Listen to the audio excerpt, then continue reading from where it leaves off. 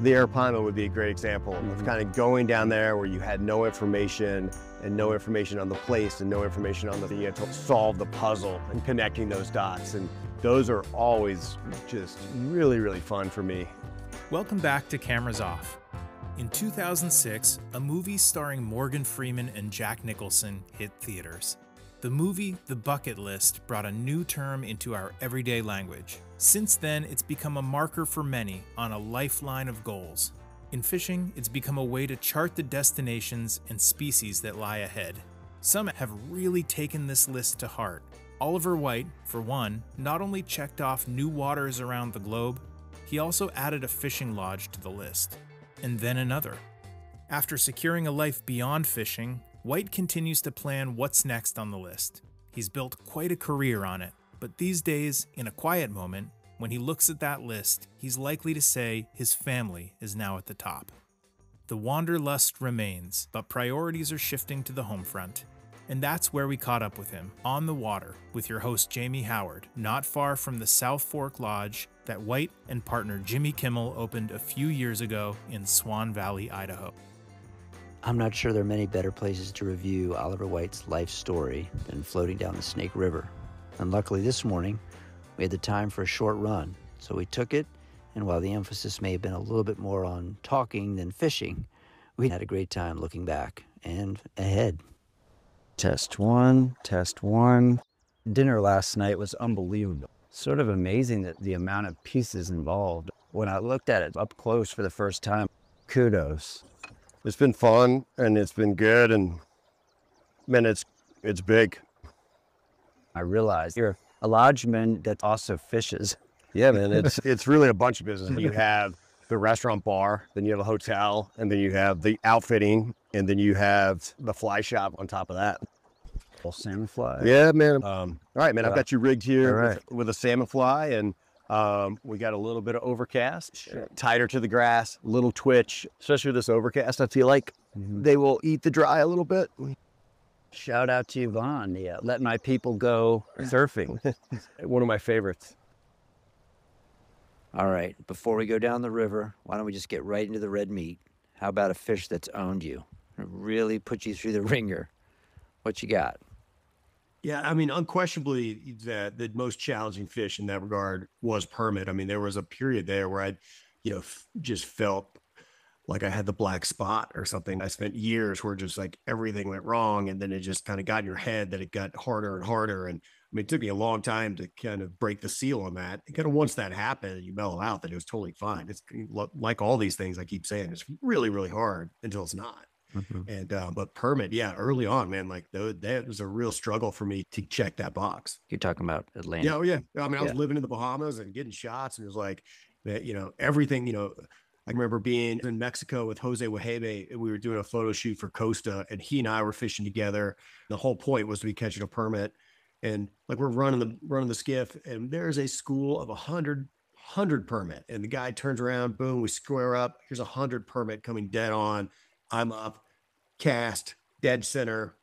Everything's perfect. Strip on. You just feel like it's game on, and it's a bonefish, right? Like they didn't see a single bonefish. I could see 100 permit. It just wouldn't come together. And then I was filming a show with Mark Melnick, and Clint Kemp was polling, and same thing, man. It'd like come up, permit on array, spooked, throw a great cast on a fleeing fish. He eats it, hooked up, all on camera, like got him, and then like literally getting ready to land the fish and just breaks off, just unlucky, right? And so I just kind of had a lot of these almost, everything was perfect. It just didn't happen.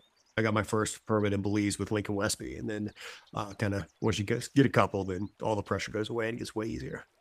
And now you've caught all 4 species. So maybe that's what got you to Oman, to get revenge. Tell me how you got out here. Carter Andrews play a part in that? I remember you saying you had not been out here and you had been guiding in the East. Carter literally got me a job in Jackson Hole and found me a place to live. I met him probably when I was 20, still in North Carolina. And he was like, you can't guide in North Carolina, Tennessee. I'd never been west. And I finished up my guide season in Argentina and got home to North Carolina and drove cross country to Jackson for the first time. And I had a gig and a home because Carter had teed up the whole thing. It's a great story. I'd love to do an episode on that early Jackson Hole crew. Yeah, man. It all ended up out here somehow. I grew up back in Virginia with a dad in education. Your dad was in the military business, it sounds like. Did you guys move around a little bit? Yeah, so I was born in North Carolina, but my early childhood, we kind of moved all over, never stayed anywhere for more than a year and a half or two. So I think being nomadic as a youth certainly made it easier for me to continue to be nomadic as I got older. But yeah, when I was young, we lived in Texas, Georgia, Oklahoma, Maryland, Germany, back to North Carolina. Wow. Early training trips as a kid sparked my wanderlust. I think it was the first trip to California. I was wandering around in the mesquite or the dunes out in California and thought, wow, you can do this? Just leave home and this is the stuff. When you guys were moving around, did you feel any sense of wanderlust, or was it more just that something that was accrued over time? No, I think as a kid, actually, it was the opposite. It was really hard as a young kid to go somewhere, make friends, and then by the time you got to be good friends, pack up and move again. And so when we moved back to North Carolina, that was actually part of the deal for my dad, was he wanted a permanent station. So when we moved back to North Carolina, it was so that we didn't have to move anymore as kids. I have two brothers. I'm the oldest. I think it was the constant uprooting of us that got him to not want to move. So we moved back to North Carolina. And then I think really kind of as an angsty teenager, just wanted to get out and see the world a little bit. And my first big trip, I was still in college and I hitchhiked through Chile for the winter, kind of with no plan, no money. Flew to San Diego with a buddy and we hitchhiked all the way down south and fished the whole way. And then hitchhiked back to San Diego and flew home. Spent 6 weeks or so down there. I had like $800 and just bummed around. That's great. It's fantastic. How old were you? Man, I was probably 20. 20. Yeah, 21. I think that's about the first time I drove across the country. And if that sense of adventure you got to experience, I sometimes worry about whether the next generation is going to get that, because there was a amount of freedom. And I think you probably had that growing up. You were not growing up wired, plugged into the internet. Yeah, I'm of the generation where like I both couldn't live without it, but I didn't have it when I was young. I got my first email when I went to college. I got my first cell phone when I went to college. And that Chile trip, that was still totally unconnected. Check in on a payphone here and there. Yeah. Kids now, the parents can literally watch them on the cell phone. Well, your parents might see you leave on Friday and you might come back Sunday night, have no idea where you were when you were a teenager. Yeah, I think of that now as a parent, though, and my parents were surprisingly tolerant. I guess technology is a crutch to some degree. When you have it, it's kind of hard not to do it, but it's a wild thing to go. Be like, I'm going to go hitchhike through Chile. I'll check in every week or so. I mean, that would be really hard as a parent to agree to do now. Yeah, it would be. Where are your brothers now? I'm the oldest of three. My middle brother is a pilot. He flies C-17s for the Air Force and flies for American. And then my youngest brother, and he lives in Charlotte, North Carolina. He's based out of there. And then my youngest brother plays poker for a living. Holy. And he lives in Boone, North Carolina, where I was born, where my mom's from. Yeah, where does he play poker? He travels around and does the World Series of Poker, and that's all he's ever done. He started playing online poker when he was in college, and he's kind of never had a job. It's just should I look out for him on TV? Yeah, you see him every now and then. Tell me about what a day in a poker life is. From a quality of life work perspective, it is not for me, but I mean, it's a mix of he plays online or he plays live in a casino, and it's often just like a grind. And wow, it's a very intellectual game. He's studying game theory and reading people, and he's obviously very mathematically inclined. He's doing probability math in his head very quickly. If 55% of the time you're going to win with that hand and you play that long enough, then you come out ahead. There's a theme with you guys. Nobody wants a traditional job. Yeah, my parents were probably one of the greatest things I can say is they were very much advocates of letting us be us, right? And we're all radically different. I mean, again, a testament to my parents of just letting us be ourselves. Now that I have two kids of my own, it also is amazing to me how embedded personality is in your genetics and how quickly it manifests itself. Yeah, trying to let them be their own humans is really the goal. So we were able to find our own way. For better or worse, that was definitely a generation where it was like, hey, go find something you're excited about and figure out how to make a living. And it's worked for all of us. We all do well. And I certainly, had you told me at 18 or 25 that I could do what I do now and kind of be financially successful, I would have signed in blood. But I feel like as an employer now, I have a lot of employees who they don't want to do the work part. They want all the good part, right? And there is that balance of like, you still got to work, right? It's not all just going to be fun. What was your dad's role in the military? My dad was an officer in the military. He did lots of things, but his last kind of stint there was he was the mobilization and planning officer for North Carolina. So he was active Army out of the National Guard headquarters. And like anytime those troops were mobilized or deployed, he was kind of in charge of all of that. And so that was during Desert Storm. And there was like just a day he went to work and kind of disappeared for a few months because got real busy real quick. You think of military families, it's strict. It doesn't sound like that. It sounds like he broke the mold. He wasn't trying to tell you guys to be in a box. My dad was very atypical for the military. I mean, he was a vegetarian. He was anti-gun. He was a very different to be a colonel in the Army. But still, there's a healthy degree of respect. I think one of the things that my parents did really well, it wasn't that they were super disciplined, but it was they set a really high expectation and you never wanted to disappoint. Right. So, I mean, I didn't get in much trouble. So there's a lot of respect there. Yeah. And your mom was a good counterweight. Yeah. My mom taught preschool when we were growing up. And that was really just so that she was there when we were leaving for school and she was there when we got home. That's pretty good. In Virginia, we had an exposure to the outdoors, probably similar that you did. But it didn't sound like your dad was walking out with a fishing rod.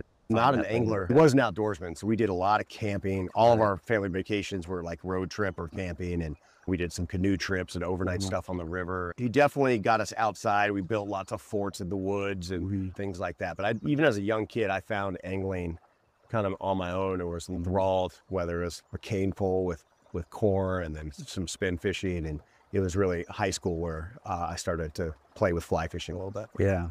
Coming off that injury, I know that your injury and recovery, was that I'm going to try fly fishing as a way to kind of bring my head back, or were you already fishing prior to that? I was fishing there, so that was in college. So I was already fly fishing, but at that point I was skiing and rock climbing and rafting and fishing. I was doing lots of it, and fishing wasn't like the pure passion, but I had a really bad skiing accident when I was in college and broke my back and a bunch of other things. And that recovery process, I would kind of go out in the yard in a walker and a back brace and kind of cast my fly rod just as a little bit of therapy. That kind of rhythm of casting and like just a little bit of focus and doing something outside is one of the few things I could still do. And certainly in retrospect, it didn't really feel it at the time, but that was like a big shift, you know, for me. That was the pursuit that I valued, and I found a lot of healing in that and kind of went really hard doing that recreationally as I was getting better and wrapping up college, and that progressed into what I do now. But it was pretty unintentional. I mean, my first job, I got a job at a fly shop, like most people, just because I wanted a pro deal. Like I just was into fishing. I just wanted to be able to get my stuff for less money. And then that segued to guiding. When did it lock in for you? You were like, holy crap, I got to fish all the time. Like, yeah, I mean, I was hungry for it. Like I loved it, but I also worked my way through college and paid my way, right? It's not working in a fly shop wasn't a great gig. I was trying to do as little of that as possible so that I could wait tables and bartend and fish in my free time and do that. And then guiding was a little bit of a transition because the money was better and I enjoyed it. So my last year of college, I did all of my classes on a Tuesday, Thursday, so I could guide all weekend. And so I would do like heavily loaded scheduled classes all day, Tuesday, Thursday, guide Friday, Saturday, Sunday, Monday, and go back to school. So you've been multitasking for a while. It sounds like. I've always gone pretty hard. Yeah. Well, I mean, I saw it last night. I mean, I was like, I couldn't keep track of you. I mean, I think we had a quick drink, and then you were off to the next thing.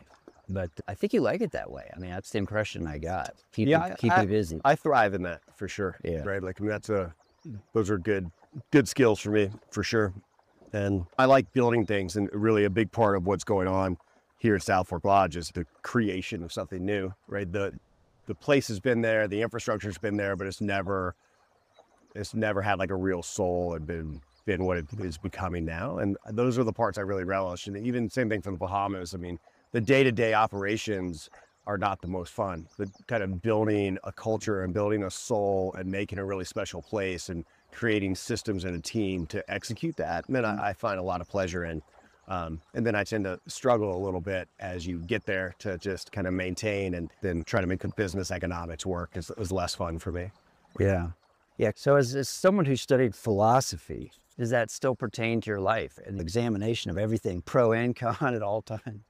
Yeah, man, I'm very self-critical and kind of never good enough for myself. And I think that's helped drive me to be successful. Very much a believer in the kind of stoic philosophy of control what you can control and try not to let things outside of your control bother you or impact you. So I do a good job of compartmentalizing things and not getting spun up over things that are out of my world. And I think that's kind of helped with just a life philosophy as well as kind of a business philosophy as well. Well, you're lucky if you can do that. I can't always do that. Yeah, I realize having lots of employees now that most people don't function like that. Yeah. And also now you're in a position where people look at you, you have to lead them, I guess. Yeah, I mean, one of the many struggles I have, I mean, the managers I have working under me, and it's the same now at South Fork as it was in the Bahamas, is I'm really hard on them. And it's not intentional, but I'm not very good at championing our successes even when we're having them. Like both in the Bahamas and here, we were doing a great job. And I'm kind of hypercritical because no matter how good we are, I always see how we can do better. So I have to always kind of remind myself to be a little kinder to the people that are helping execute and really the ones doing all the heavy lifting. That's a good approach. Right here in the grass, right there you go. I share that. Whatever films I've made, I always think, well, we could do another one this way or that way, or, you know. Yeah, I feel like I couldn't be a filmmaker because I would just never stop editing. It's true. The editors, I'm working with someone, usually I have a partner, and they're always like, are we done? It's got to be done. No, we're going back in one more time. Saw a salmon fly there. It's pretty incredible. Was the striper film your last one? I didn't declare it, but after 4 years on the road and 1 year of editing, I don't think I could do anything like that again. I did the cobia film afterwards, after that. Okay, and that was I didn't see that one. I do shorter projects. If I had a corporate partner, I might do something new. Originally, I was doing them for television, and so I had a partner in that regard. Sure. They would say, I want to do this, and I was very lucky because one guy understood what I was doing. Everyone else was like, this is nuts. Whereas it's got to be weekly or we'll never make a dime. But he said, I get it. We'll run it and get some ratings. When we first started, we didn't have drones. We had to drive people with ultralights, and we had to shoot underwater with whatever housing we could fix. You guys are done some amazing journeys. Oh, there we go. Brownie too. Yeah, God. Good, man. I'm a trout bum. You're like permit a little more. Yeah, permit would certainly always be my first choice. Mm-hmm. I think partly because they just humbled me so much early. But I love it all. And people ask all the time, man, what's my favorite? And the reality for me is, if it's like that, like where you can see the fish eat, that's it, right? And that can be trout fishing and it could be flats fishing, but that is the part that I enjoy the most. Oh, there's a rise at the top of the, no, a couple rises up there. It's a good little run. I had to fix my reel last night. We found a screwdriver in the bar. This guy's got a hell of a bar. The neon trout in it. He does nothing in halves. Try to go all out. Oh man, well that's if you can do it, why not? You can let that. Actually, have some really good smallmouth fishing here as well. Really? Yeah, Actually, the main snake is kind of, you go down there early season, fish smallmouth, and your bycatch are 20-inch rainbows. Jesus. I do remember going to a reservoir and seeing Carter pulling out one time. Yeah. There's some sort of tournament. Those fish are still bumping up a little bit. Up from my slid.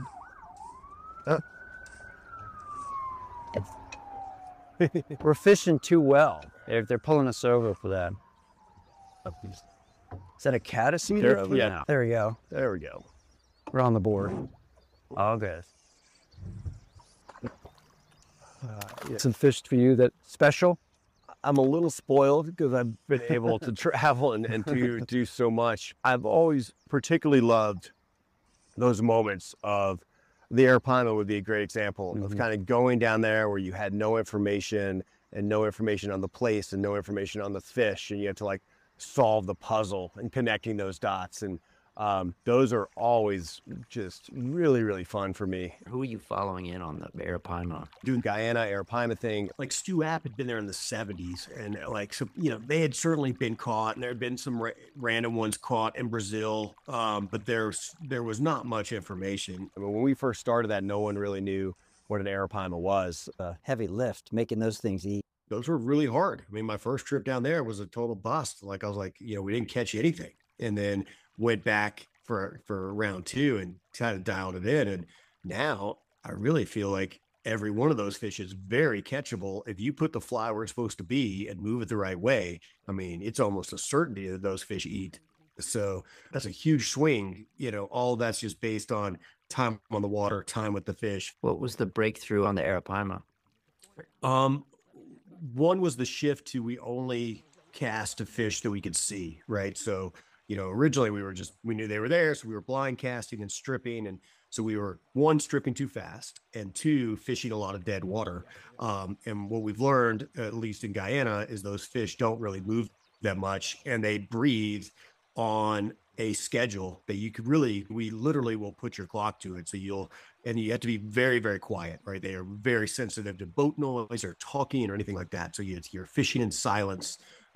Love fishing in these wooden dugout canoes with the indigenous people, and just super quiet. And you'll sit there in one of these ponds, and you will look, and you'll be like, there's one, because they come up and breathe, right? Is one of the few obligate air breathing fish, right? It cannot survive without coming up and breathing air. So they kind of rise like a mammal and take a breath of air, and they go back down, and you'll find one, and then you'll find another one, and you might have your eyes on 3 or 4 different fish, and you'll figure out which is the bigger one, which one is more obtainable from wherever they're sitting, whatever it might be.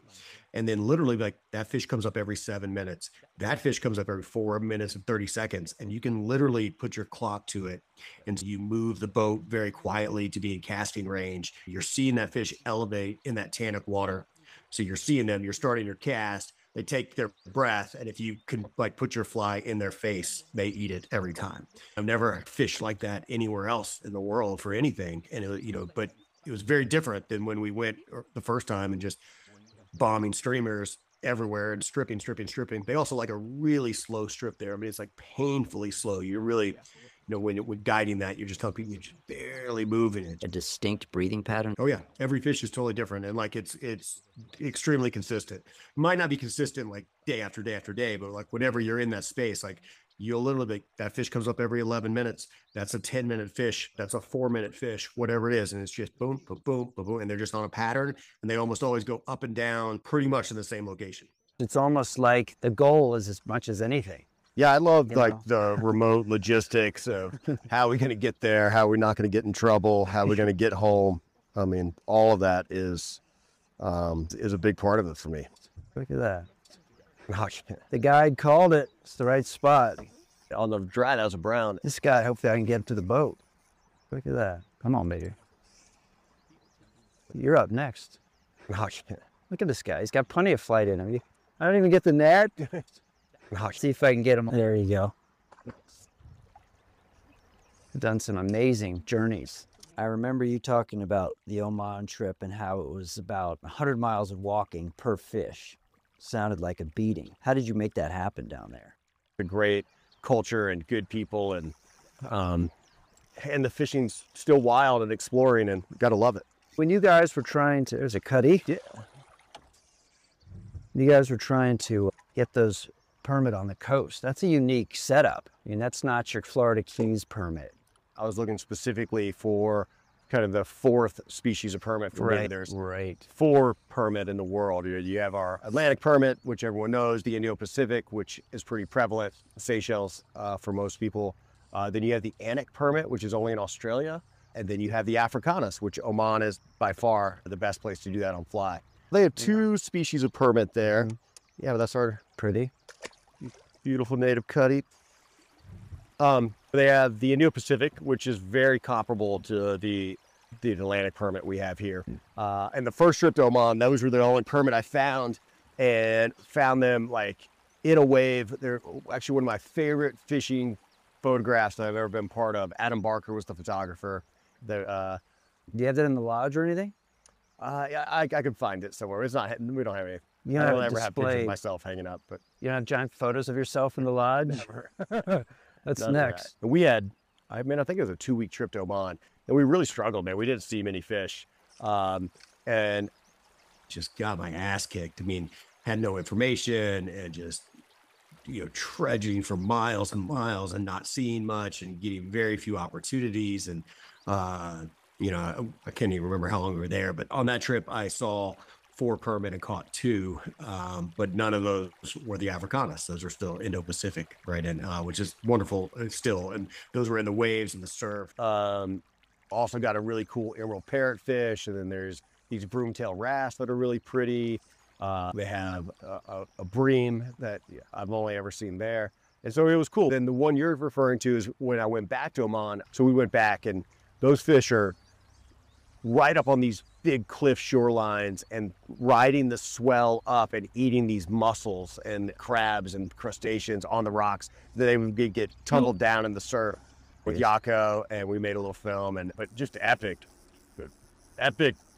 You're fishing your crab or whatever it is and casting at the precipice of the wave and letting it tumble down, and you're trying to stay tight enough to stay connected and loose enough that it looks natural. And it was just a really great adventure. We did that with Nick Bowles, who's the South African there in Dubai, who does all that fishing as well. And it was just a killer adventure. Could you compare one permit to another or not? The 3 are all pretty comparable. I mean, the Atlantic, the Indo-Pacific, and the Annic, they all eat in a very traditional manner. And they're all permit, right? And somebody who tells you that an Indo-Pacific is easier, I don't think has done it enough, right? Though they are still giant, dishonest fish, is I think the best way I've heard permit described. And the Africanus is definitely a little different, right? Like, it's a different style of fishing. My limited exposure there was, once you figure out the technique, they ate the fly pretty well if you could find the fish and deliver it the way they wanted it. And that's usually not the case for permit. And when you do finally hook into a fish, they're really confused. And so you were like strip, and pulling them away from all the structure. And they come really easily. And you kind of think you've got them. And then you get them 20 feet off the rocks. They kind of figure out what's going on. And then the Africanus is a bulldog. And so you are strip, trying to keep them super tight and under control. And then once they figure it out, they're really putting the heat on. So it broke off a lot of fish, even what you're hooking up, of just that line management of trying to bring them in and then let them go, and then also keep them away from the structure. They do fight differently, and they look different. The other 3 permit species all really look relatively similar. There's some big distinctions, but the Africanus is more elongated. Honestly, looks a little more jack-like. They actually will jump. Like if you spook one, they'll jump out of the water. It's the only permit I've ever seen jump. I've hooked one and seen it jump, and but they do. And the fight is just unique. Mainly, I think, a mix of where they are and the type of fish they are. You're just in this surf and like all this structure and, relatively deep water, in big giant swells with the movement of the water. And so they get up shallow and feed, and then, but you're pulling them off the ledge, and they just kind of come willingly until they don't. And so you're just like really stripping like a madman, just trying to stay tight as if they're not doing anything. And then it's a complete 180. And that transition from coming towards you to full out the other direction is just it takes a little bit of work.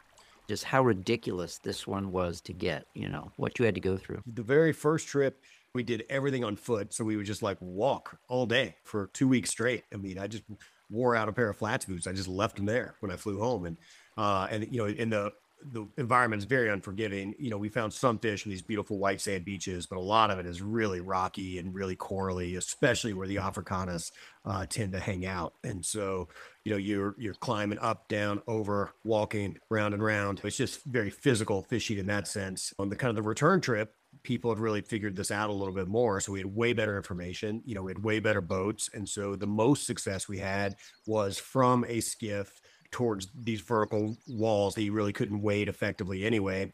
It was really hard until it wasn't. And then once you got it, like once you had the technique and the place and the whole thing, man, you could catch them pretty handily and pretty readily. And the goal became, again, well, how do we do it out of the boat, right? Could we do it from shore? And finding these places with the big surf and a rocky shoreline where you had room to cast and look for those fish. And that's where all those pictures you see of us getting tumbled in the waves. But you'd go out there and you'd be chest deep trying to bomb a cast into the rocks and time it so, before the wave came and crashed over you and rolled you back into shore. Very physical fishing and exhausting because you're swimming, you're getting tossed in the waves. But those are the best trips. I mean, that's, I kind of love that the best. Have you run into some moments with the locals where you thought, ah, crap? Yeah, all the time, man. But you also kind of learn a smile and some body language goes a long way. And in general, I've had bad things happen, but like people are generally good. And there's a lot of good people in the world. And I've had way more instances of people coming to help me when I needed it than I've had issues of people taking advantage of me or stealing or do, mischief, whatever you want to call it. I do recall where you guys had thought you were in trouble. There was a bunch of people coming your way with ski masks on. I was in Oman, and that's a great example of, so we're in Oman and you're in the Mideast, and you kind of learn just partly the inherent bias you have as an American of Arab men in traditional dress and how unfortunate that is. But we had pushed this little 12-foot aluminum boat through the sand and launched in the middle of nowhere. And we're fishing the shoreline. And I mean, the closest like legitimate place to launch a boat is hours away. And here comes this panga kind of beeline straight for us. And it's 3 Arab men in traditional dress and they're all wearing ski masks. And we're like, man, what is going on? And kind of a little panic and we had a little engine, we're trying to get the engine started and we couldn't, and they're coming straight for us and everything just felt wrong about it. And we thought for sure, just went from like sheer panic of fight or flight. We're getting ready to go down and these guys show up. They of course don't speak English. And it turns out that they're just commercial fishermen and they were lobster fishing and saw this little boat and were making sure we were safe. And the ski mask was their equivalent of a buff, right? They're wearing these wool ski masks and it's just to keep them out of the sun. And they were really kind, made sure we were okay, threw some lobsters in our boat and kind of sent us on our merry way. That's amazing. Yeah, that's a great cultural moment. Yeah, and that was like the first couple days of being in Oman. And you kind of learn, that was a better fish too. I shouldn't be doing anything but fishing. And you kind of learn, man, the culture there is incredibly kind, right? Like we were camping and cruising up and down the shoreline and we would get invited into homes constantly and they'd feed you nice on the dry. So it was really just a spectacular part of the world, man. I love the Mideast and particularly Oman. What'd you find out about the Masir when you went to Bataan? Was it hours on the water to find them, or was there a learning curve on getting them? Neither. I think it was just luck, right? So we caught a lot of chocolate Masir, which are a little easier to catch. But the Goldens, once those areas spook, the fish, they just totally disappear, right? So I was told that I had a hard time believing, but it was very real. They said, if you are upstream of the Golden Masir, you can see them all there, and you put your hand in the water. If you're upstream 100 yards and you just literally just touch the water, just put your hand in there, every fish will vanish. And I called bullshit. I was like, there's no way. And the guy's like, let's do it. And so I am up on a cliff, can see fish. Like I'm watching the fish and I can watch the local guy upstream just like put his hand in the water and leave it there for a little bit. And you just watch every fish just sink and disappear. You kind of get a couple casts and that's it. If you don't close the deal, you got to move on. Would you say that was a scent thing these fish were working off of, or vibration? What sent them away? Yeah, just given my anecdotal experience, it certainly feels like it's scent. They do have these barbels on their face, but yeah. I don't know that I have the answer, but it was very real. I actually caught one on my very first cast, very first day, because we saw like 100 fish where this creek came in. And one thing we did find is that anywhere that water was coming into the main river, whether it was a tributary or even just a trickle off a mountain or a spring or anything like that, anywhere where there was new water hitting the river, the color change or temperature change or whatever, the fish would stack up in there. And so we found this one area where there were hundreds of them and you could see them. And we had a scientist with us, Dave Phillip, who's been doing a bunch of research in Bhutan for years and years. And he's like, yeah, they're always there. We can never catch them. You think it's going to be so easy and like it never happens. But I was able to kind of sneak down, kind of bomb one cast out there with a little game changer that Blaine Chocolate had tied for me. and just swung it right through them and got hooked up right away. Right. And so like started the trip, be like, man, we're gonna be able to get that. And then like literally never touched another one until the last day. And then that fish came, there was a little weird back eddy with some water dripping down into it, and just same thing, bombed a cast, streamer, sink tip, stripped, and got tight right away. But in between the two of those, you had no information or no feedback. And so really didn't know what was happening or not happening, or what was working or not working. Production, from my experience, something's always going wrong at times. Like, I kind of embrace that part of it, man. It's embracing the suck mentality. And that's the price you pay to get all the stuff that people want to hear about. Right. But yeah, man, like, from cars breaking down, lost an engine in a plane and landed in the jungle. We had a either really minor helicopter crash or really rough landing in Siberia once. I mean, things go wrong, and even the same in the lodge business. I tell my staff all the time, hey, man, things are going to go wrong, right? It's really, you can't prevent that. It's really how you deal with it. And that's the goal, right? I've never broken any bones. I've gotten stitches a bunch, and gotten really, really sick in Africa, like debilitating type stuff. But did you have malaria or what? I've never had malaria. No, just, who knows, man, something. Yeah. I'm not foolish, but I also am not a baby, right? Like, I'll eat street food. I try to make sure you're drinking clean water, but you got to go and enjoy the culture and the place, right? That's a big reason for doing all these things. And you can't live in a bubble. Right. Yeah, Yvonne used to talk about how he would sip water out of everywhere that he would go. Yeah, you can't do that anymore. Just to get his immunity up. I mean, I've had Giardia. That's no fun. So God. Yeah. This is not something we normally talk about when we go fishing. When I was wandering around, I was thinking, what are the economics? Like, if you were to advise someone on owning a lodge, what are the basic metrics that they need to think about? Well, I think part of the dilemma there is most people that own fishing lodges, they're a toy, right? Like, it is just they're passionate anglers, and they're like, oh, this would be fun to do this. And they don't actually run it like a business. And even for wealthy people, that gets boring, and no one likes throwing money down a hole.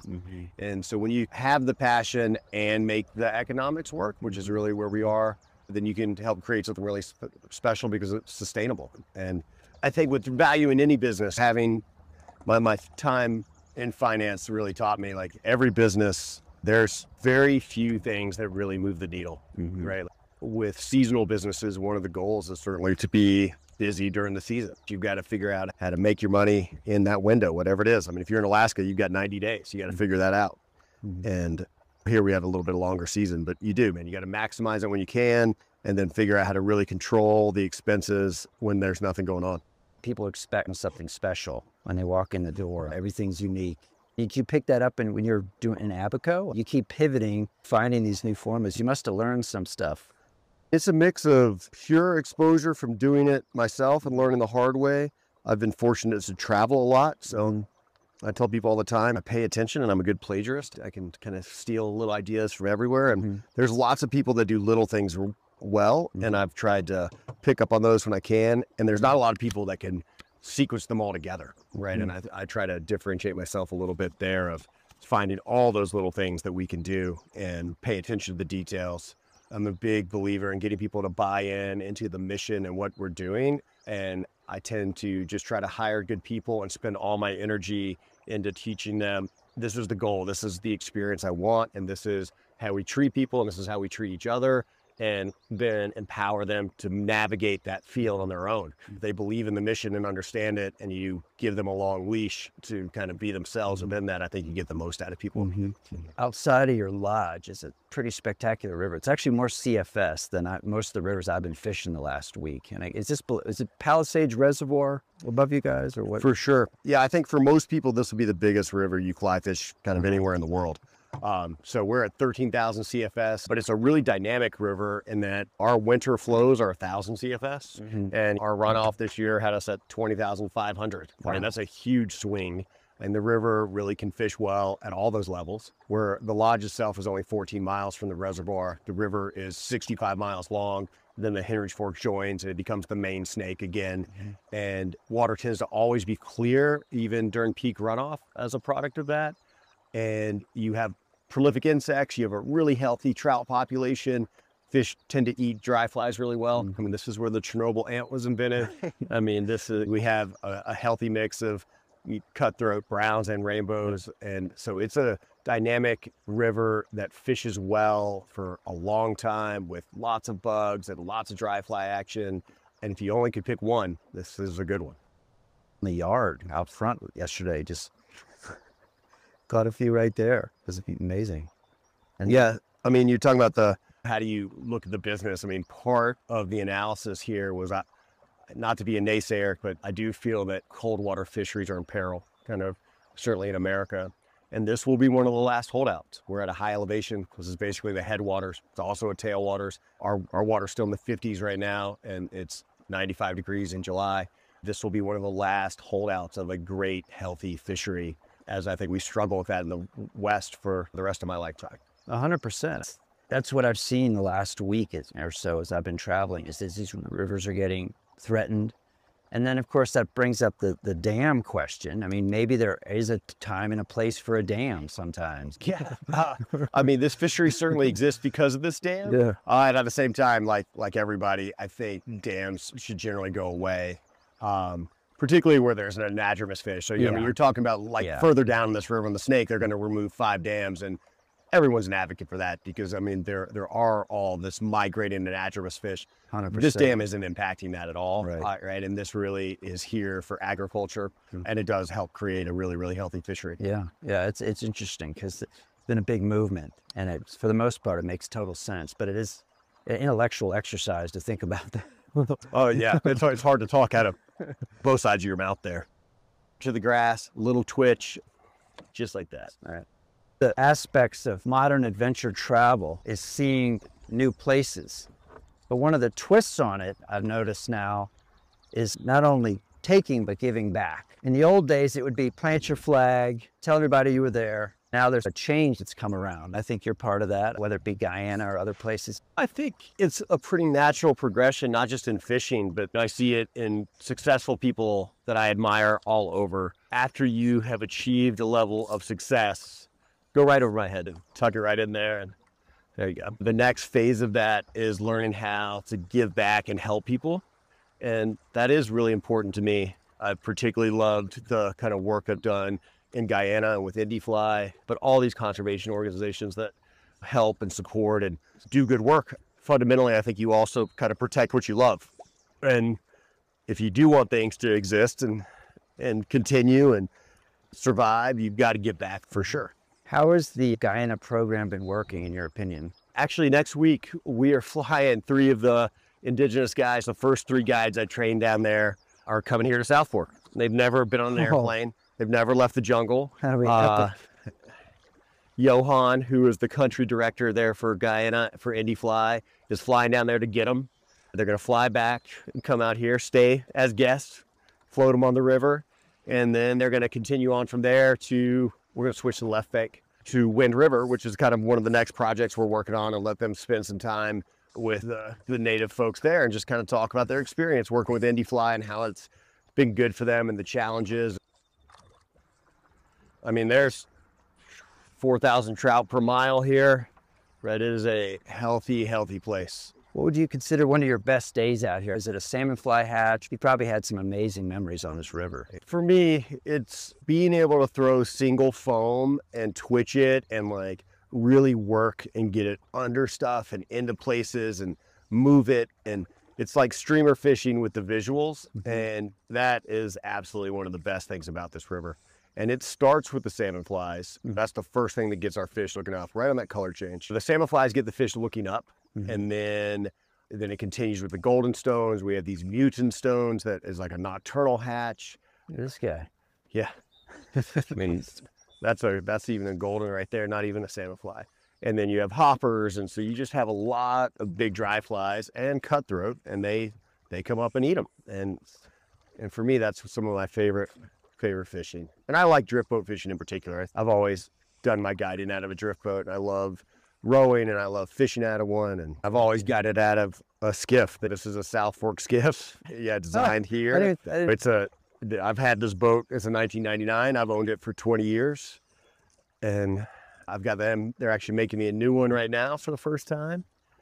But you're standing, but it's meant to be a sit-down boat, so I can keep people really close and super light. I mean, you just saw we just dumped it over a boulder to put in this little sneaky spot. Oh, I fell that. When you guided in the Bahamas, how did you jump up to guide level? How did you? When I finished college, I was guiding down in Argentina in Tierra Fuego, and then I was coming out to Jackson, Wyoming here and guiding.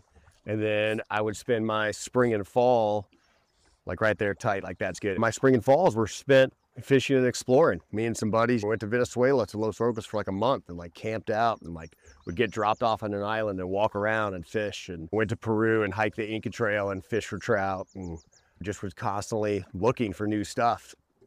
And that was part of the wanderlust and part of the kind of the fishing bug. And there was still a time there where you could kind of feel like you were doing something new.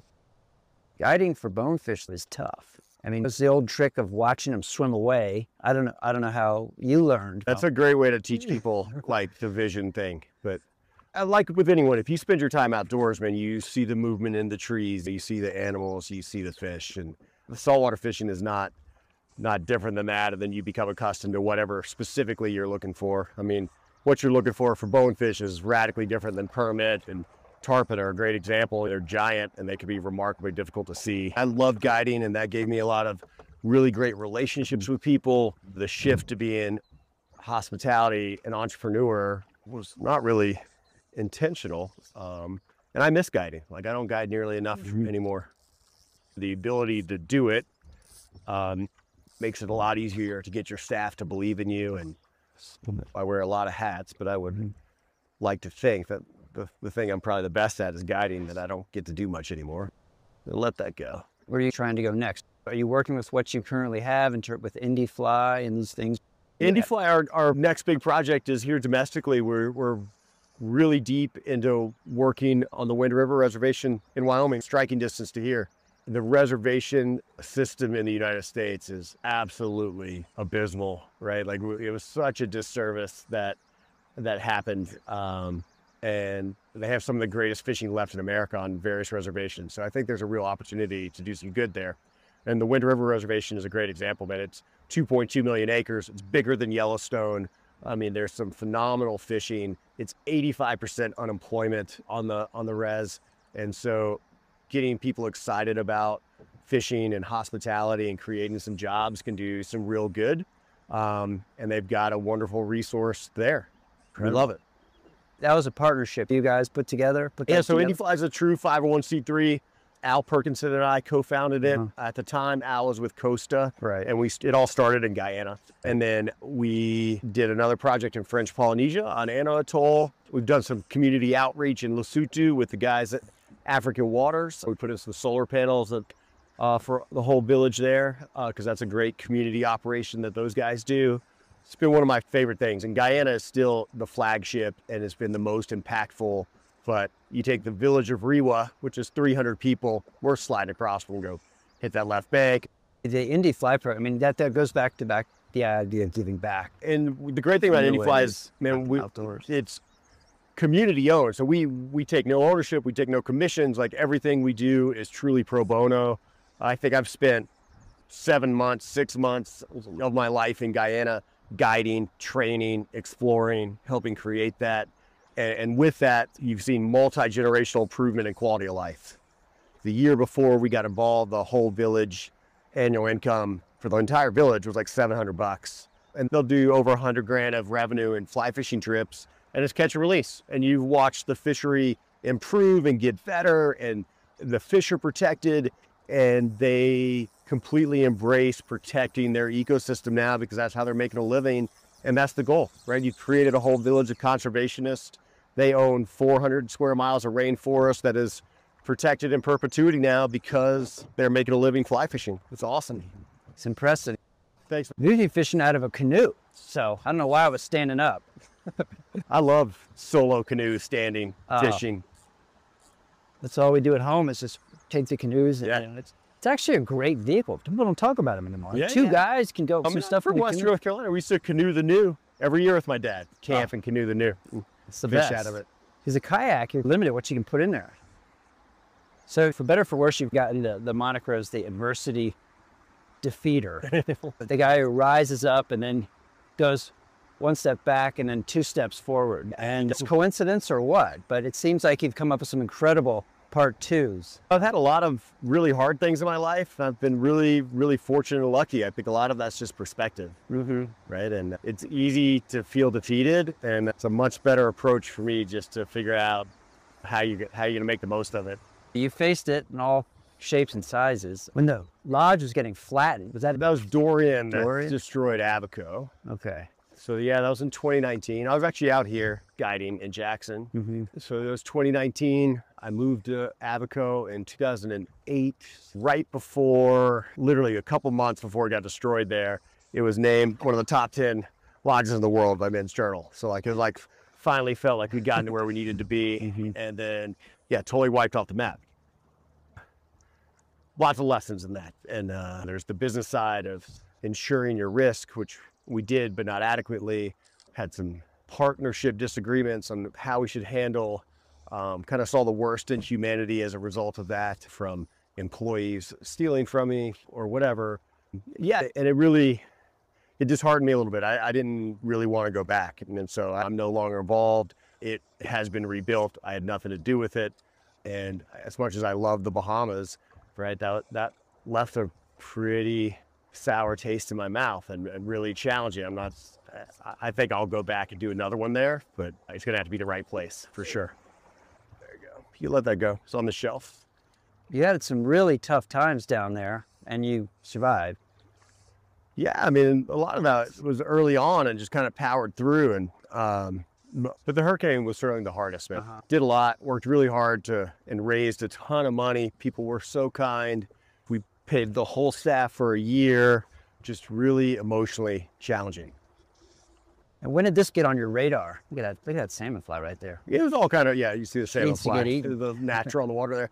It was all kind of real time. But I had one of my guides who I paid for a year go and steal all the electrical wiring off the property. That's really tough when you've worked really hard to both be a good employer on the front end and take care of people on the backside.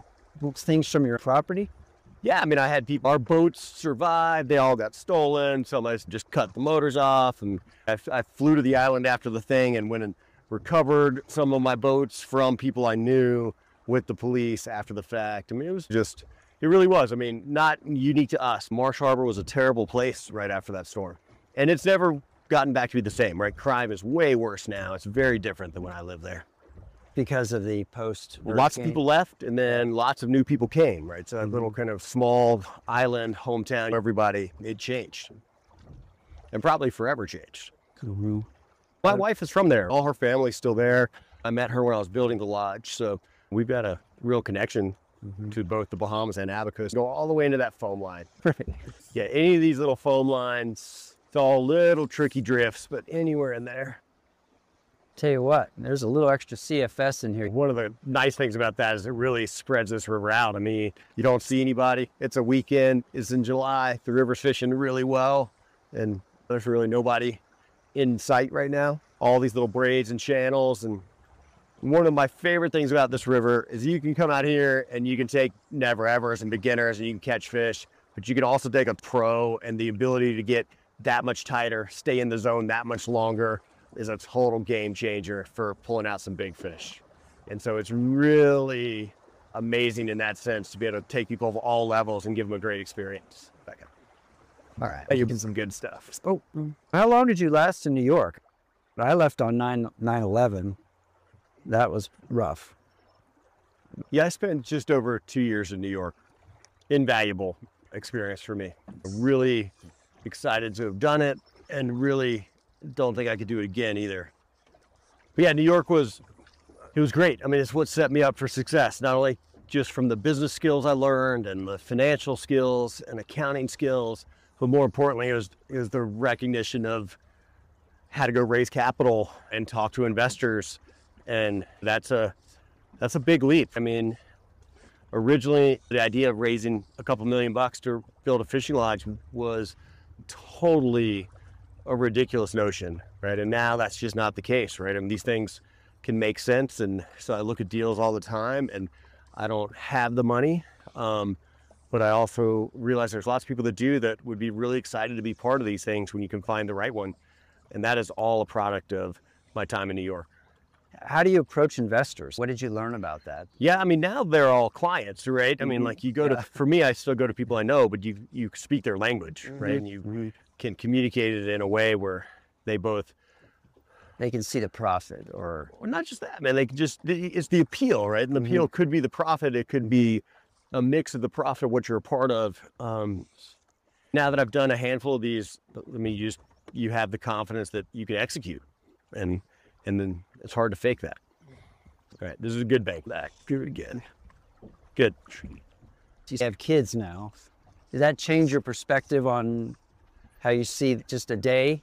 We have to deal with our mortality. Yeah, I'm a little more risk averse now, for sure. I was just looking at going, one of my dream trips is to go to Socotra, which is owned by Yemen. And man, as much as I want to go, it just doesn't seem like a great idea.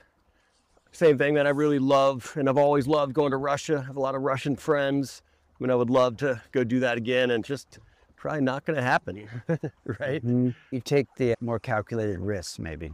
Yeah, I would say the biggest realization of mortality was, I was just telling you, man, like just in the last month, I've needed readers, and it was overnight. I woke up one day and I was like, man, I cannot tie any knots. What is going on?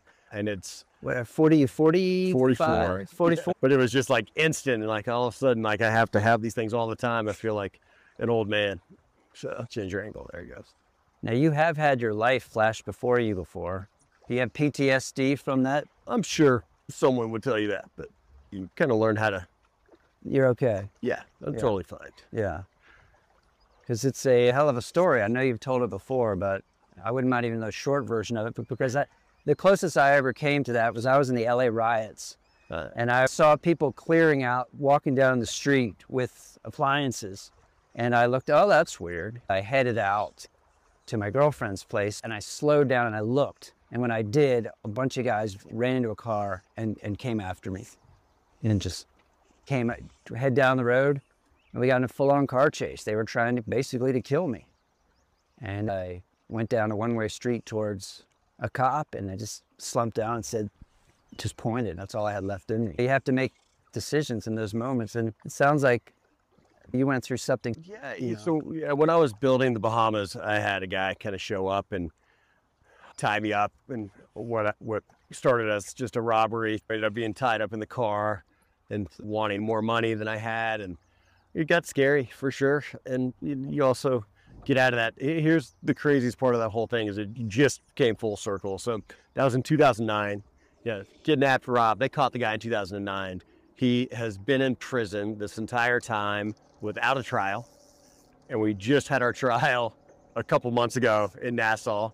And so like I flew back to the Bahamas to do the trial portion of this, which is Supreme Court, powdered wigs, very British. And right before, gonna have to go in and like see the guy and testify and do all of that, they worked out a plea deal with the defense, and so got to kind of put it all behind me, and it felt good. And I didn't have to see the guy again or do anything, which was the best part. So how did that resolve itself then? What was the... Yeah, so I mean, the defense offered a plea for time served and kind of negotiated an aggressive parole. So he had some community service. So he has some community service to do, and also I think it's like 6 or 8 years of parole, where if he gets in trouble, he's gonna go back to prison for a long time. But I mean, he did all that when he was 19. He's 34 years old now. He's spent his whole life in prison. Maybe he's rehabbed, I hope. I mean, it sounds to me like he tried to kill you. Yeah, I think he...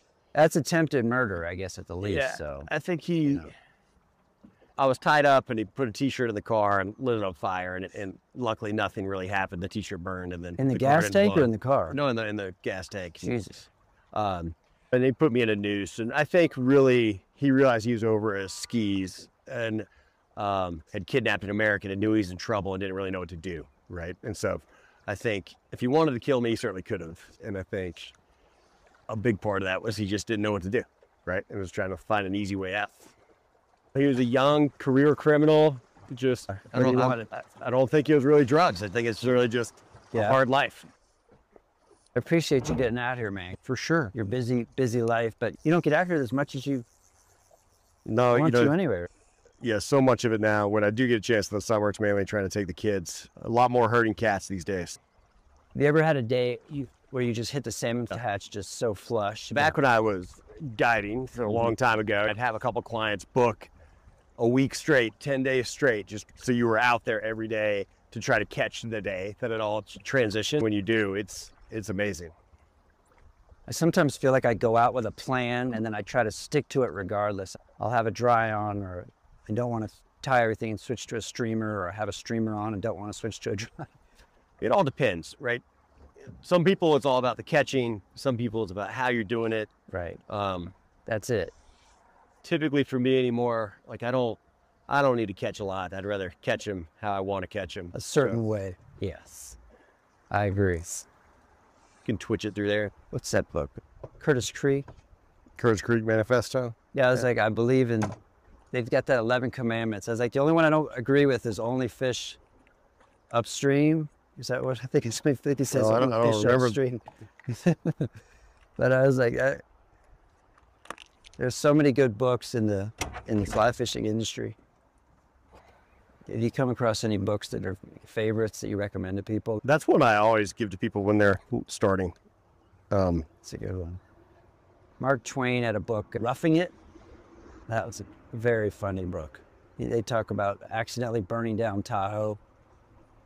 It's like a semi-autobiographical book. Huge Twain fan. My oldest boy is Huckleberry. Obviously a Twain influence. I was wondering about that. And then my younger little boy's middle name is Hemingway. Oh, God. Giving it a custom trim, folks.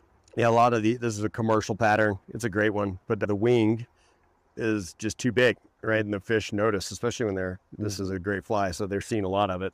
And I think that little stuff makes a difference. I always have markers in my bag. I'm always mixing something up. You guys have seen it all out here, I would imagine. I mean, every combo. Intel's probably changing daily once the guides come back. Twain has made me laugh out loud as much as anybody. Have you been over to the memorial in Sun Valley for Hemingway? Oh yeah, a long time ago, but yeah. It's a pretty spot. Yeah, I've seen a couple naturals go by and not get eaten, so. It really is an appeal to throwing a salmon fly. A big fly, it's on top. You tried to catch every fish on top. Do you think it could be done? All the way down, every fish. All the way down to a bonefish, I've heard. Will eat yeah, I have caught bonefish on top and played around with like little floating things you skim, and they try to eat it, and they nudge it with their nose, and it's fun. That's cool. I'd like to do a film to catch every fish on top. Now, I'd say a film you and I should do. Yeah, let's hear it. Papua New Guinea bass. That's already on my list for sure. Yeah, that's an adventure I would love to do. I think they have those parrotfish. So they've got some offshore stuff you can do there as well. The GT is another one I've never done. I've seen those eat on top. Yeah, they're hyper aggressive, right? And they're amazing. Well, the crazy part is they get all the acclaim in the Seychelles, and after you've got a couple, especially after you've got a big one, man, I'd rather catch anything but a GT. The trigger fishing out there is absolutely amazing. The permit. What's your feeling about the GT? It's just too aggressive and it's not exciting as much to catch, or? I would always love to catch a bigger one, and they are not like a gimme. You still have to do it all right. But they are hyper aggressive. So those little rat GTs that you catch so many of, like it's like throwing a jacks right there, tight the log like that. Yeah. Just not enough challenge in there for me. Like there's a beautiful eat, the way they eat the fly, and they're remarkably strong. I mean, all of that's amazing. But remember your first bonefish? Oh yeah, South Andros for sure. Yeah. I think we were fishing there nearly the same time. Yeah. I looked at all those calendars, those Silver Creek calendars, and the first time it happened, it was like a dream. Are you fishing with Flip now? I was just with Flip, a month or so ago. Yeah, he's been a great mentor, father figure, friend for a long, long time now. He's getting up there, but that's who you want to be when you're in your 80s, man. He's a tough old man, and he's done it all. He's learned a lot from him. I grew up with that voice. I was part of the things before I was thinking about fishing films. Those guys were doing a great job. They're shooting on 16 millimeter. Yeah, and it was like the first storytelling, right? Yeah. It wasn't. Yeah. Yeah, it was incredible. The gravitas in his voiceover is unbelievable. Guy's born to do voiceover. He just did the voiceover for this one-fly film they just did, the American Museum of Fly Fishing. So He's a natural. Ask me, what you doing next? And I don't always have an answer. I'm figuring it out as I go. How do you respond to that question? I always have a trip or 2 or 4 in the works of things I want to go do, and I'll keep doing that as long as I both can and enjoy it. From a professional standpoint, I'm really happy working on what I'm doing here, right? This still has a long runway. I've got a big commitment here. I'm not going anywhere. And having 2 little kids, this is a great place to raise them. And so I'm going to work on not being so nomadic for a little while and plant some roots and let the boys grow up here. And we live in Jackson, Wyoming. They get to ski, they get to fish, they get to travel, got great schools. So it's good living. I still take a lot of my legacy clients on trips, and I still love that. I'll continue to do that and try to do more and more of these kind of personal trips, kind of like Oman, you know, where I'm going just because I want to go. So you'll go to Oman for fun fishing? Oh yeah, I love that. Or the equivalent, whatever, right? I mean, one of these days I will go to Socotra. I'd love to go do the Papua New Guinea stuff. Have you seen this red Kaloi thing that this guy's catching down in Borneo? I think that looks cool. What's jungle. that? How do they catch them?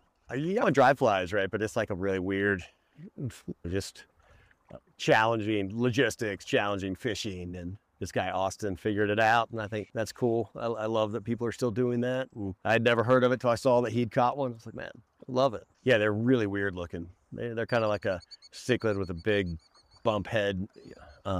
So What do you think is the appeal of them? Because they're a new species, or they're the way they eat, or? I think the appeal is definitely the new species and kind of rarity of the whole thing. And for me, it's also the adventure part, right? It's logistically just you're getting beat up to go pull it off. And I kind of like those hard trips. You got enough multitasking in one day? I'm always looking, right? Like I still am fascinated with the deal structures. I look at every fishing lodge that's for sale. But if I can find one that seems magical, I 100% would be in. Wow.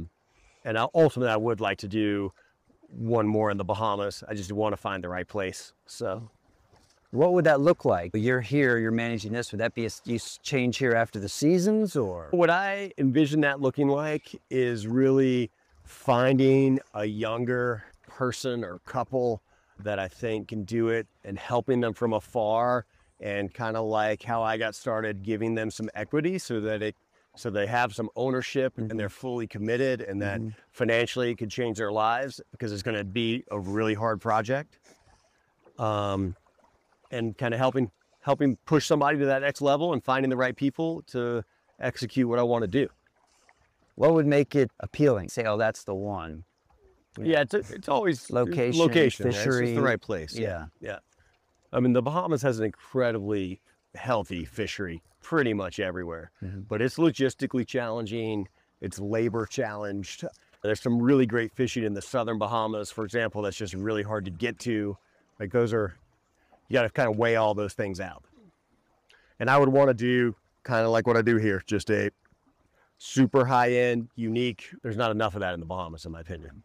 Food has never been a reason people go down there. And you definitely, if you get a good chef, that would be, at least where I've stayed. Yeah. It would be unique. Yeah, no, there's a lot of opportunity there to do well. But there's a couple really good ones. I mean, Yeah. Flamingo Key, Black Fly, right? Those guys do a great job. What is that? Is that a car? Yeah. Oh, shit. Little bank stabilization. Yeah. Fishing with a camera is a little different than fishing without a camera. A little less fun. Man, I feel like I never get to personal fish anymore without a camera. So, Really? Yeah. Like if I'm fishing, that's usually how I've been We able to should cast right now then. No, all good. Yeah. That's a big part. Do it again, cast over here. The sort of the behind the scenes, the sausage getting made. I feel like there's less of that anymore. They're a lot more organic and raw. Yeah. And just fixing on editing, right? There's the a lot old less school, scripted. like, Lefty changing the shirt midday when Yeah. the fishing shows. Yeah, nobody does that anymore. Yeah. Or at least none of the ones I mess with. the guests here are pretty psyched.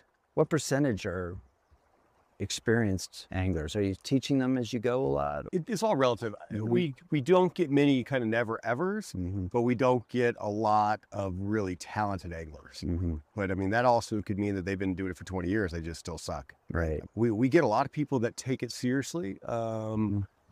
And we do get some real sticks. One of the things that I will tell you blows my mind is just having guided trout and then own lodges in the Bahamas. The demand for Western trout blows my mind. I mean, how hard I worked in the Bahamas to keep those places full and exposed and all of that relative to what the trout fishing looks like here. And how many of our clientele here, this is just what they do, man. They fish in America for trout and they love it. And they have no interest in doing anything else. And they are fully committed. We get a lot of people that they come here, they go to Montana, they chase the bugs. I mean, they take it really seriously. Yeah. Yeah. It gets in your blood. It's like you're from Florida and you're snook fishing. Sure. It's in there deep. You grow up. The other thing that I didn't expect here is how many people we get that live here, right? Like live in the West. They live in driving distance. They're coming to stay here because, man, they're anglers, and that's part of the reason they live in the West. And we get a surprising amount of traffic within a 3-4 hour drive. People coming. The word is out. It's definitely that, but we are oversubscribed. So there's a rise. Or see one? Yeah, on this bank. How much do you get to fish at home? Fair amount. Like I said, we're old school canoe. Smallmouth resource still is a little more limited, and it's pretty exciting when you get a big one. I think you had some of that at home too, right? Yeah, I mean, my early guiding was the Watauga, South Holston, which was tailwater trout in Tennessee, but also the New in North Carolina, and the Nolichucky, which is a smallmouth river as well. We are getting pushed into the bank, fish that drop off. You see the color change out here. We're gonna go on that shallow and let it drift over. Okay. And then we're gonna get probably 2 or 3 drifts there, and then we're gonna go to the bank again. Right there? Yep. So it was Ackman that you fished in Argentina, is that right? Correct, yeah. So did he ever say why he took a particular interest in you? I know clients and guides always have a special relationship. What's said on the boat stays on the boat and all that, but I think you guys he really had a deep respect for you, it sounded like. Yeah, there's a little bit of mystery for me of trying to understand what it was. And he never articulated it directly. But it's certainly, as I've gotten older, it feels like he saw some intellectual curiosity, was familiar to him. And knowing Bill now personally, it's also just recognizing that he looks for talent and looks for people to give an opportunity to that wouldn't have gotten it otherwise. And I certainly was in that bucket, right? Like I'm in a public education. I didn't go to an Ivy League school. And that's really what it takes to be in that space. It's crazy. So they're like really that specific. It has to be Ivy League. Yeah, or you get lucky like I did, right? But the career path to get to a job like that is very, very much a pedigree. Really. It seems myopic to me that they don't think smart people exist in other places, or they just think they've self-selected enough to get there that they've already proven themselves. It's not that they don't think smart people exist anywhere, other places. It's just they know that they exist there, right? So it's easier to... It's easier just to go with what... Right. And I think that's a big part of it. He gave you a shot coming out of Argentina and said, come on up here. He did give you some books to read though, right? Yeah, he sent me a bunch of books. And look, man, I was not a great hire, right? I mean, I didn't have any skills. I didn't know anything, right? Yeah. I was adding no value of any kind for a long time there. It was really pretty benevolent to kind of bring somebody that you saw potential in and put them on your payroll and figure out that, hey, man, we're going to teach them and give them a chance and then see what happens. How much fly fishing had he done before you guys? No, that was the first trip he'd ever done. Okay, so that definitely a strong bond. Yeah, and I mean, that 20 years ago now, we still fish together at least once a year. A guide's life does have to factor in other things. I mean, you probably had that running in the back of your mind. There has to be a plan B in here somewhere. Maybe not all guides need them, but it sounds like you had that thought. I think it looks like that in retrospect. At the time, what I think helped me differentiate myself and create those opportunities is I was guiding purely for the love of it. Yeah. Right. Like it was pure passion, right? Yeah. I was there because I loved to fish. I loved the adventure, and guiding was an outlet of that. Right. And I never had any expectations. Like it wasn't like, oh, I'm going to get to do this or make this amount of money or meet these people. I mean, that was not it. Right. It wasn't, it was purely driven by passion. And man, my time in New York was a reminder of this. And the most interesting people in the world are people that are passionate about what they're doing. Right. It doesn't matter what they do, right? It doesn't matter if they're a ballerina or a pianist or a finance guy or a fishing guide. When people are really passionate about what they're doing, they're fun to be around, and it's exciting. And that was the energy that I had when I was guiding, because man, I just loved it, right? I just loved being out there. I loved every part of it. I loved the hard parts and I loved the bad parts. And also at that stage, I also never expected to do it forever, right? I always expected it to be a chapter in my life and then to move on. Right. So I wasn't doing it to get somewhere. There was no Instagram, there was no influencing, there was none of that, right? That no one was, you know, there was no ego involved. It was just this little world. And I absolutely loved it. And I think that energy created a lot of opportunity for me. And that's what I look for when I find other people now. When I'm looking for employees in key roles, I'm looking for that passion and excitement, because if they can take that and harness it and do it towards something, they're going to be really successful. And I always knew I would segue out of guiding, right? Like That's what I mean. You had that. But it wasn't like, oh, I'm going to meet somebody that's going to create. Like I honestly thought I was just going to go back to school. Right. I thought I would just go back to graduate school. Right. Like guiding felt finite in some way. Very much. Yeah. And so I just thought I'd go get an MBA, or I'd go to law school, and I'd have a kind of more boring traditional corporate career, and then pay fishing guys to take me fishing. Like that was the big plan. And now as an employer, I have 28 guides, and it's really important for me to create an opportunity for that to be a career, because I do now, having spent my life in fishing, have great admiration. I think that has been neglected in the fishing space, and I would like to create an opportunity here for this to be a career for people to really spend their time honing their craft and become just excellent fishing guides, because man, it's a life well lived. It's a great job, and it's a great living, and you get to spend wonderful moments with people that they look forward to every year, and your family and all of that. But I don't want it to be a chapter in people's lives like I thought it was going to be for me. So now that you've done it long enough, you realize it can go further. Absolutely. Yeah. And part of that is the industry has shifted, and there's more opportunity. What was the shift? Well, I think there's much greater demand in the space now than when I started. And there's a much greater appreciation for your recreational time, right? Whether it's whatever you do in that time. But COVID in particular, I think, changed the mindset of a lot of people that your vacation time and how you spend your leisure time is really important to your health and well-being and your soul as a person.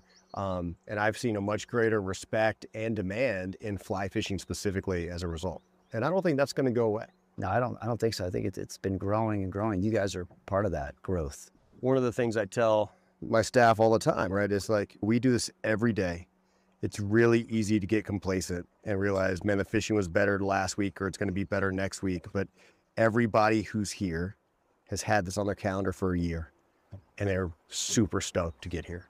No matter if it's raining, no matter if it's shitty, no matter if it's great, right? But like, man, this has been something they have been excited about for 12 months, and it's been an aspiration. It's been on their calendar. It's true. Right? And so they've had that thing circled. Yeah, and you have to keep that energy, so that every time somebody shows up here, man, you are feeding that passion, because you want them to be excited about it. Right. And we're also not biased, right? Like, if they're looking for something else, or if we're not a great fit, it's a small industry. I know a lot of people, we're going to send them somewhere else to have a great time. Like, I want them to enjoy their time with us, but also just enjoy what it is that we love. And I think if you help fuel that with people, you develop lifelong relationships and trust, and ultimately it's just good business.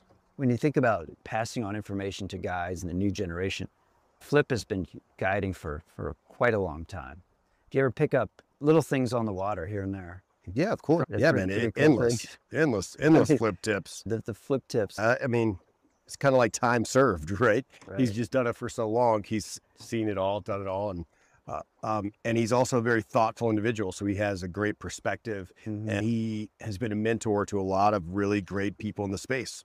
Do you ever take your fishing and, oh, I didn't think about that. Like, do you ever give you a little like hot tip? Yeah, over the years, there have been a bunch of those. I mean, Flip taught me how to pull a boat and subtle nuance stuff. Yeah, when you're pulling a boat, when you first start, Yeah, yeah, it's really easy to pull in a circle, and the first part of it is somebody just articulating that what becomes very much common sense of, man, pulling the downwind side. But that was a golden, Bugs everywhere. That's pretty cool. which is great because that's what I just tied on. Super, super tight, right on that seam that you're on. Is that one? Yeah, that was him. Have you gotten all your films out, like in rentable form? Like what have you figured out there to make all that work? I was very lucky in the early days. It was DVD, and that's kind of what made it actually doable, because that was a physical product that I could sell. Yeah, no, so. And then when it went to streaming, I first was on Netflix, and then ESPN moved out, didn't want outdoors anymore, and then Netflix didn't want anything unless it was big anymore.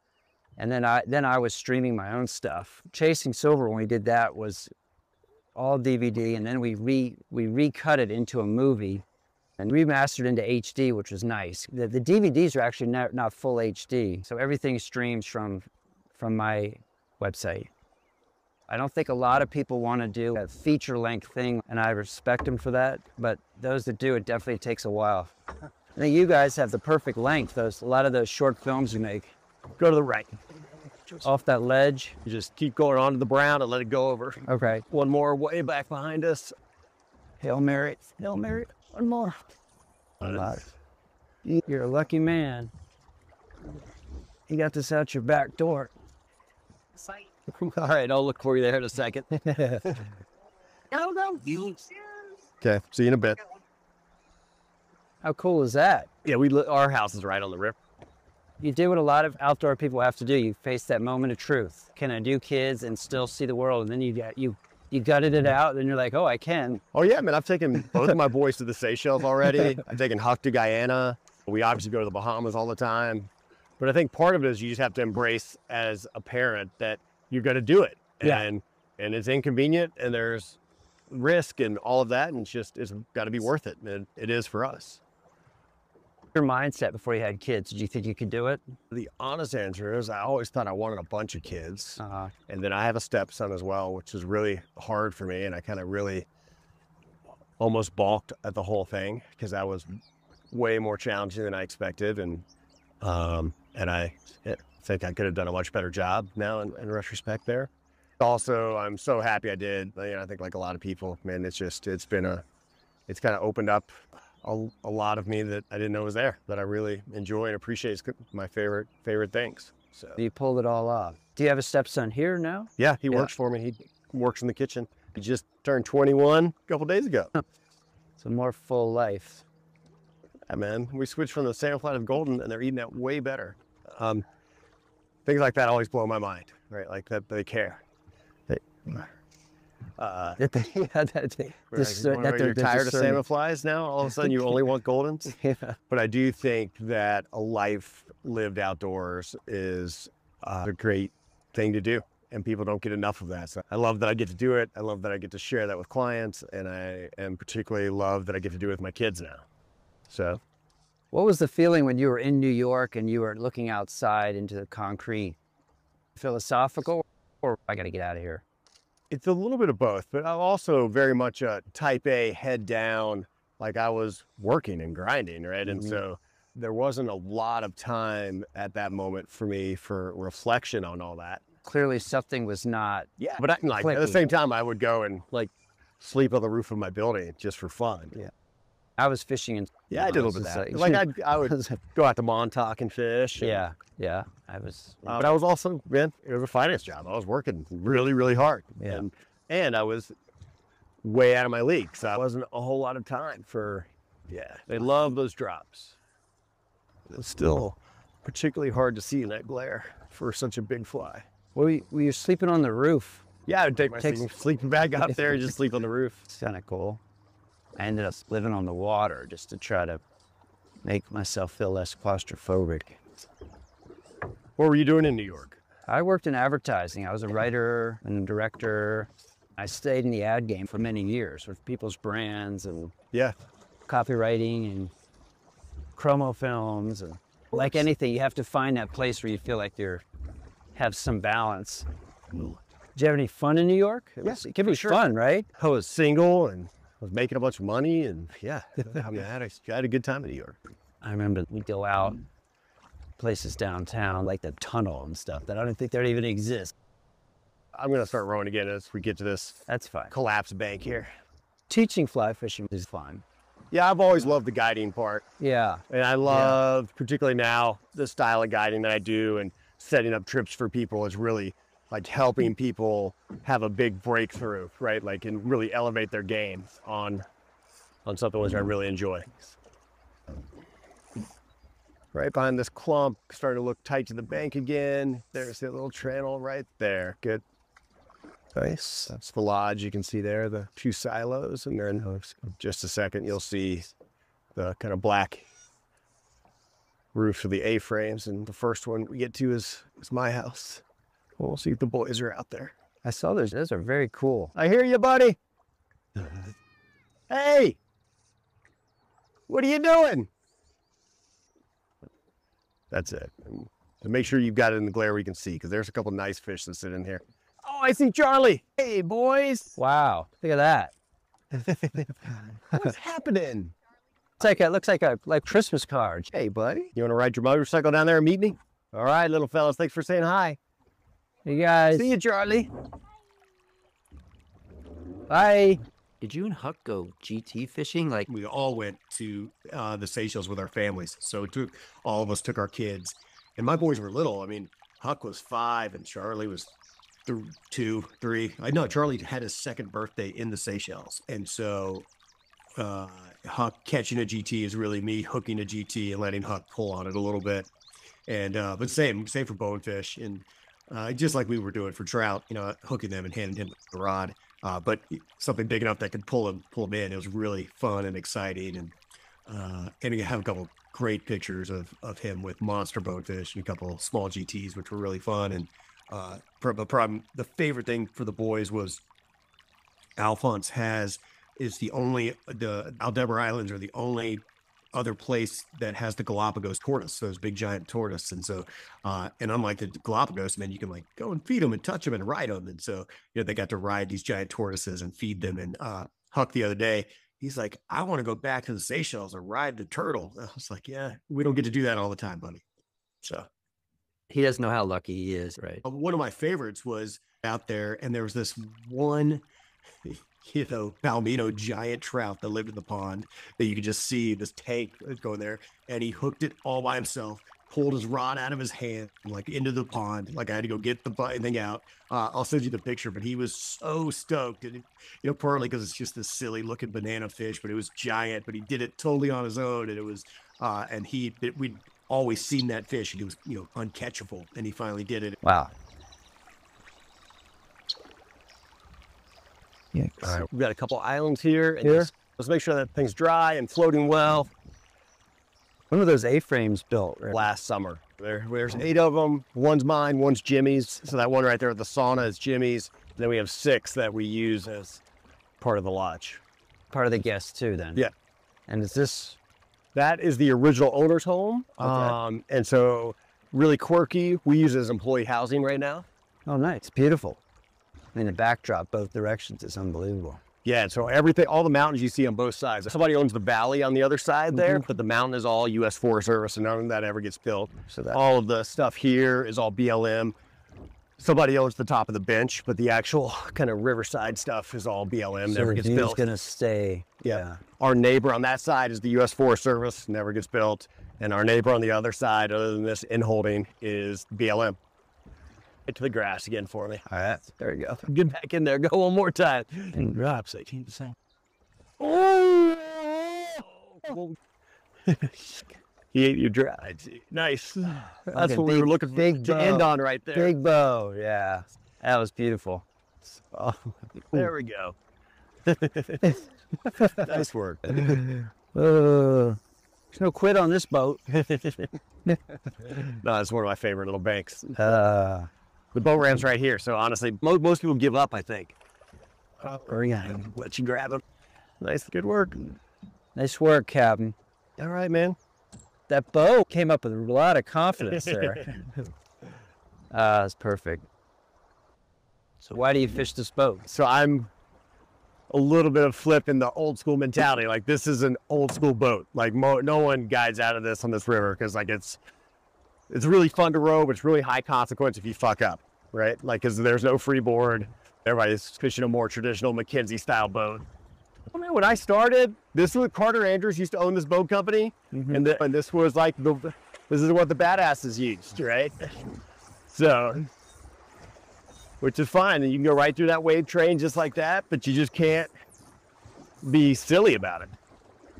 It made you a better oarsman, it made me a better guide, and it let me do a lot of like what I like to do, the sneaky stuff of getting in shallow water, go down little stuff that people tend to skip. And Is that right? yeah, it's also just light, so I could go down a side channel not knowing if it's blocked or not, because if it's blocked, I could just pick it up and move it over. Old school. Flip's mentality. He still puts a wooden fork on his push poles, and there's like an old kind of level of respect in the way you treat stuff that I think a lot of guys these days miss. What's the rest of the day looking like for you? So it's almost 1. I've got to leave by 2 to go to my meeting in Wilson. That was awesome, man. Thank you for taking the time to do that. Yeah, Fun of off course. for you. Well, secret to life, whatever it is, we're all trying to figure it out, man. Dude, just good living. A special thanks to our friends at Madison River Fishing Company for being part of this journey. They've been providing quality fishing products worldwide for 40 years and are indispensable to fly fishermen in the know. Find them at mrfc.com.